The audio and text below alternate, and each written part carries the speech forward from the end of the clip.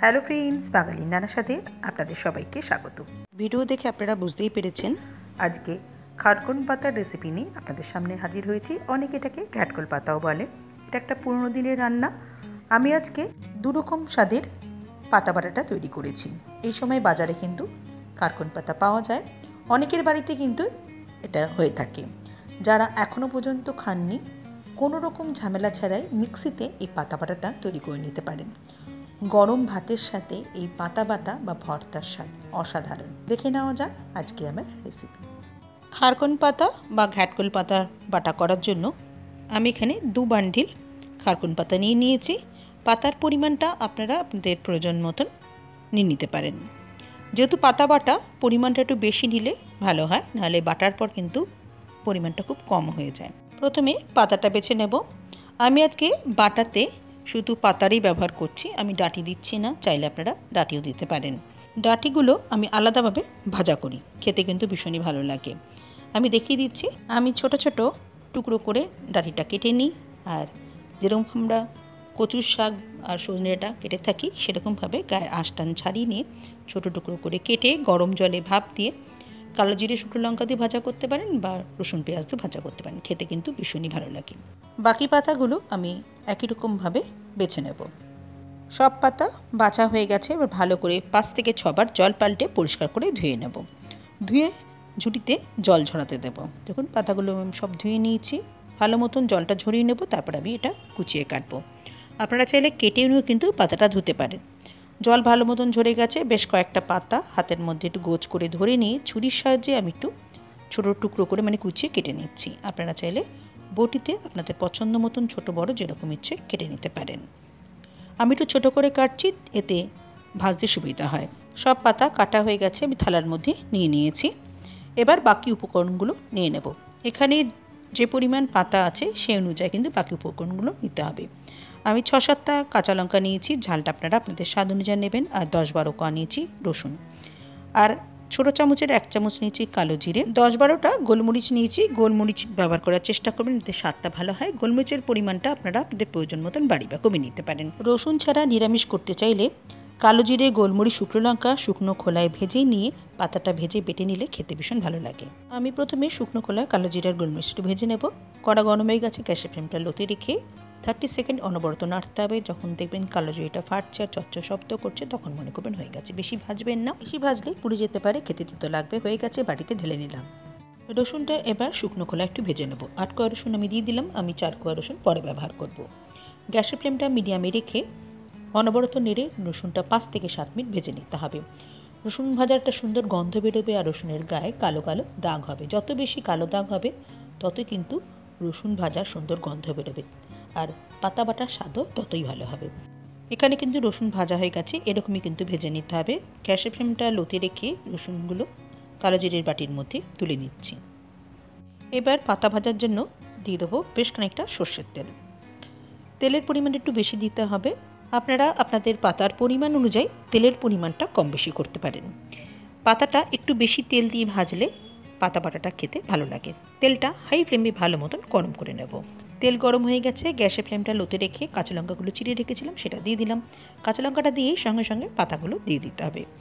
পাতাগুলো দিয়ে দিচ্ছি অল্প করে একটু নুন, অল্প করে একটু হলুদ গুঁড়ো। নুনের পরিমাণটা কিন্তু এখানে বুঝে দিতে হবে, কেন পাতা কিন্তু রান্নার পর মুজে যাবে, কমে যাবে।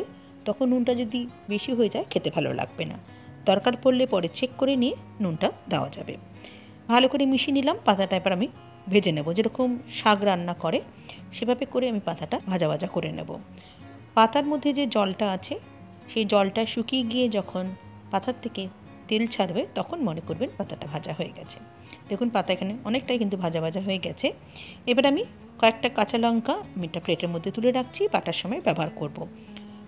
যারা ঝাল কম খান এই সময় কাঁচা লঙ্কা কয়েকটা তুলে রাখতে পারেন, আর যারা ঝাল বেশি খান যখন বাটাটা ভাতে মেখে খাবেন তখন এই কাঁচা লঙ্কাটা মেখে খেলে ভালো লাগবে। পাতা ভাজা আমার এখানে হয়ে গেছে, একটা পাত্রের মধ্যে তুলে নিলাম। এবার ঠান্ডা হতে দেবো, তারপর এটা বেটে নেব। ততক্ষণ যে 4 কোয়া রসুন রেখেছিলাম সেটা ভালো মতন কুচিয়ে নিয়েছি, এটা একটু ভেজে নেব। দিয়ে দিচ্ছি 1 থেকে 2 টেবিল চামচ মতন সর্ষের তেল। তেলটা ভালো মতন গরম হয়ে গেলে কুচিয়ে রাখা রসুনটা দিয়ে দেবো। গ্যাসের ফ্লেমটা লোতে বা লো টু মিডিয়ামে রেখে 2 থেকে 3 মিনিট রসুন একটু ভাজা করে নেব, কাঁচা গন্ধটা চলে গেলেই হয়ে যাবে। সুন্দর একটা রসুন ভাজার গন্ধ বেরোবে, তখন মনে করবেন হয়ে গেছে। দেখুন এখানে রসুন ভাজা হয়ে গেছে, এবার বাটির মধ্যে আমি তুলে নিচ্ছি। কিছুটা রসুন ভাজার তেল কড়াতে রেখে দেবো, আর বেশিরভাগটা আমি তুলে নেব। আজ আমি 2 রকম স্বাদের পাতা বাটা তৈরি করব। কড়ার মধ্যে যে রসুন ভাজার তেলটা ছিল তার মধ্যে কয়েকটা চিংড়ি মাছ দিয়ে দেবো। এখানে আপনারা ছোটো বড়ো যে কোনো সাইজের চিংড়ি মাছ ব্যবহার করতে পারেন, আর চিংড়ি মাছের পরিমাণটা আপনারা পছন্দ মতন বাড়ি বা কমিয়ে নিতে পারেন। অল্প একটু নুন দিয়ে চিংড়ি মাছটা ভাজা ভাজা করে নেব। খুব বেশি কড়া করে ভাজবো না, গ্যাসের ফ্লেমটা লো টু মিডিয়ামে রেখে 2 থেকে 3 মিনিট চিংড়ি মাছটা ভেজে নেব। চিংড়ি মাছ ভাজা হয়ে গেছে, প্লেটের মধ্যে তুলে নিলাম। আমি পাতাটা শিলে বেটে নিচ্ছি। শুকনো খোলায় ভেজে রাখা কালো জিরে, গোলমরিচ, রসুনটা দিয়ে দিলাম। এবার ভেজে রাখা খারকন পাতাটা অল্প অল্প করে অ্যাড করে বেটে নেব। আপনারা চাইলে মিক্সিতেও কিন্তু পেস্টটা তৈরি করে নিতে পারেন। শিলে বাটলে কিন্তু টেস্টটা বেশি ভালো হয়। যদি হাতে সময় কম থাকে তাহলে মিক্সিতে একটু ঘুরিয়ে নিয়ে তারপর শিলে বেটে নেবেন, খেতে কিন্তু ভীষণ ভালো লাগে। পাতা সব বাটা হয়ে গেছে, এবার ভেজে রাখা চিংড়ি মাছ আমি 3 পিস নিয়ে নিলাম, একটা রেখে দেবো গার্নিশের জন্য।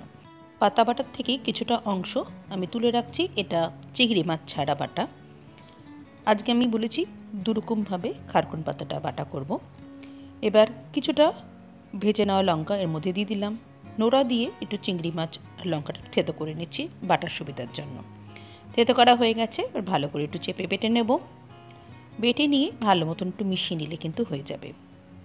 কারা কারা চিংড়ি মাছ দিয়ে খারকন পাতা বাটা করে খান আমাকে কমেন্ট করে জানাবেন, খেতে কিন্তু ভীষণই ভালো লাগে।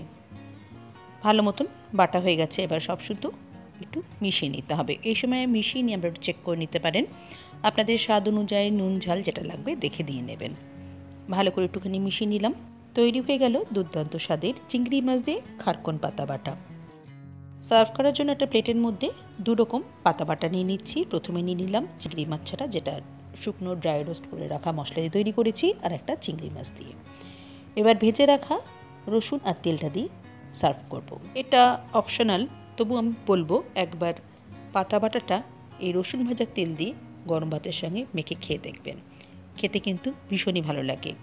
চিংড়ি মাছ দিয়ে যে খারকন পাতাটা বেটেছিলাম তার উপরে একটা ভাজা চিংড়ি দিয়ে দিলাম, আর কিছুটা দিয়ে দিচ্ছি রসুন ভাজা আর তার তেল। গরম ভাতে এই দুটো ভর্তা খেতে অসাধারণ লাগে, কোনো কিছু প্রয়োজনই হয় না, এই বাটা দিয়ে কিন্তু ভাত খাওয়া হয়ে যায়। আপনারা একবার ট্রাই করে দেখতে পারেন, আশা করি আপনাদের ভালো লাগবে। আজকে আমার রেসিপি ভালো লেগে থাকলে লাইক করে সবার সাথে শেয়ার করার অনুরোধ রইল। আমার চ্যানেলটা সাবস্ক্রাইব করে দেবেন, পাশে থাকা বেল আইকনটা প্রেস করে দেবেন নোটিফিকেশন পাওয়ার জন্য।